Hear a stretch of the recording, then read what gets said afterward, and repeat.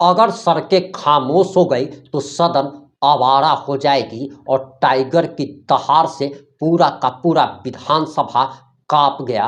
नमस्कार, मैं प्रिंस कुमार सिंह और आप देख रहे हैं पॉजिटिव प्रिंस। अगर अभी तक आपने चैनल को सब्सक्राइब नहीं किया है तो खबरों से अपडेट रहने के लिए कृपया चैनल को सब्सक्राइब कर लीजिए, और जो लोग ऑलरेडी कर चुके हैं उन तमाम लोगों को सहृदय धन्यवाद। अब वापस आते हैं अपनी खबर पर, और जरा आप ये वीडियो देखिए। सड़क खामोश हो जाएगी तो सदन आवारा हो जाएगा। तो सड़क खामोश नहीं होना चाहिए जनता के मुद्दों से, तो इसलिए 180 किलोमीटर हमने सड़क को तय करना है। जयराम महतो की पार्टी जिस तरीके से सीजीएल को लेकर आगे बढ़ी, लेकिन सफलता नहीं मिली। कल कोर्ट ने कहा दूध का दूध और पानी का पानी कर दिया।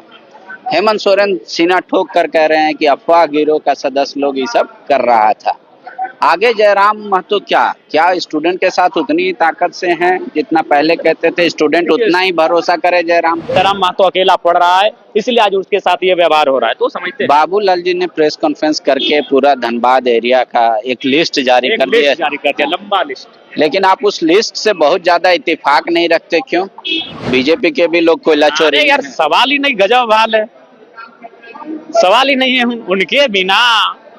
आर्थिक स्थिति जिस तरीके से राज्य में लेकर चर्चाएं हो रही है, ठेकेदार धरना पे बैठ रहे हैं कि पैसा पेमेंट कीजिए, सरकार करे। ठेकेदार नहीं, मैं अपनी बता रहा हूँ। क्यों? पैसे की कमी। हाँ, पैसे की कमी। हमने फरवरी महीना में अनुशंसा किया है, जो काम हमने अनुशंसा फरवरी महीना में किया है, आज दिसंबर आ चुका है, एक महीना बाद फिर फरवरी आएगा।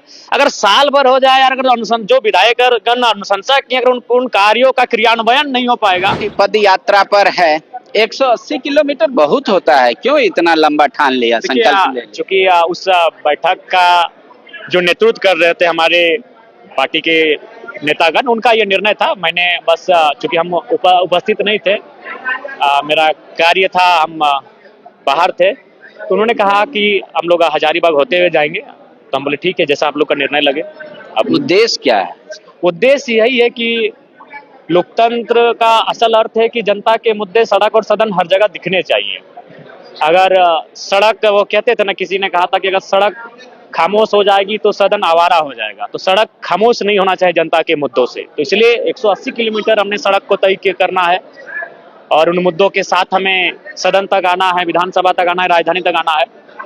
तो इसलिए हमने ये कार्य किया। सोशल मीडिया पे अब ये चर्चा हो रही है कि जयराम महतो की पार्टी जिस तरीके से सीजीएल को लेकर आगे बढ़ी, लेकिन सफलता नहीं मिली। कल कोर्ट ने कहा दूध का दूध और पानी का पानी कर दिया। हेमंत सोरेन सीना ठोक कर कह रहे हैं कि अफवाह गिरोह का सदस्य लोग ये सब कर रहा था। आगे जयराम महतो क्या स्टूडेंट के साथ उतनी ही ताकत से हैं जितना पहले कहते थे स्टूडेंट उतना ही भरोसा करे जयराम पे? बिल्कुल भरोसा करे, क्योंकि स्टूडेंट के मुद्दों के साथ हम लोग कल भी थे, आज भी हैं और कल भी रहेंगे, क्योंकि हम लोग स्टूडेंट हैं। मेरे राजनीतिक दल में जितने भी नेता आप देख रहे हैं वह अभी भी स्टूडेंट हैं।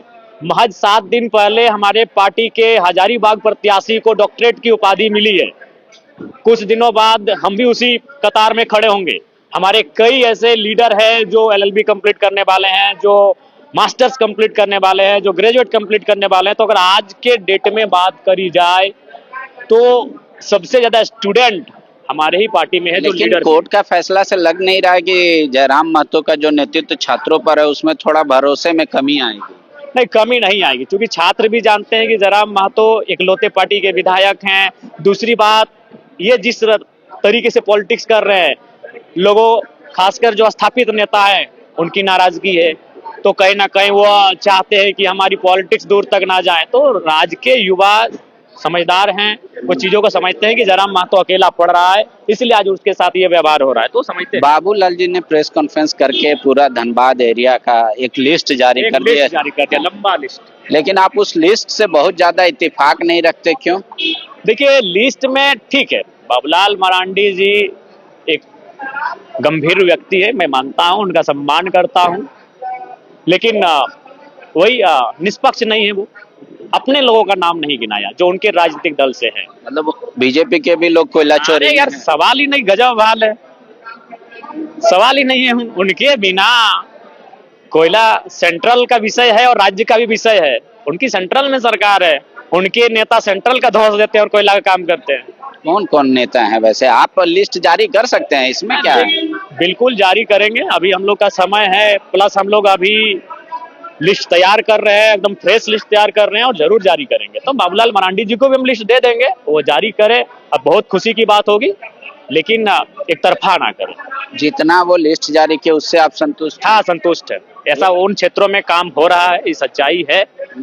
और आज राज्य की सरकार को भी उस पर संज्ञान लेके रोकना भी चाहिए, क्योंकि हमारा पैसा गलत तरीके से इस राज्य से बाहर जा रहा है। अगर वो हमारे खजाने में आता तो आज राज्य को इतना माने केंद्र और इतना जनता के बीच आंसू बहाने का आवश्यकता नहीं पड़ता। एक सवाल है कि राज्य सरकार मैया को अपने मूंछ का सम्मान मान के चल रही है। मेरा भी मानना है। आर्थिक स्थिति जिस तरीके से राज्य में लेकर चर्चाएं हो रही है, ठेकेदार धरना पे बैठ रहे हैं कि पैसा पेमेंट कीजिए, सरकार करे। ठेकेदार नहीं, मैं अपनी बता रहा हूँ, मैं तमाम गिरिडीह के सभी विधायकों की मैं बात कर रहा हूँ। मैं गिरिडीह बोकारो के सभी विधायकों की बात कर रहा हूँ। उनसे हम लोग डीएमटी मीटिंग में बैठते हैं, दिशा की मीटिंग में बैठते हैं। सभी विधायकों यही कहना है, कहीं काम नहीं हो रहा है।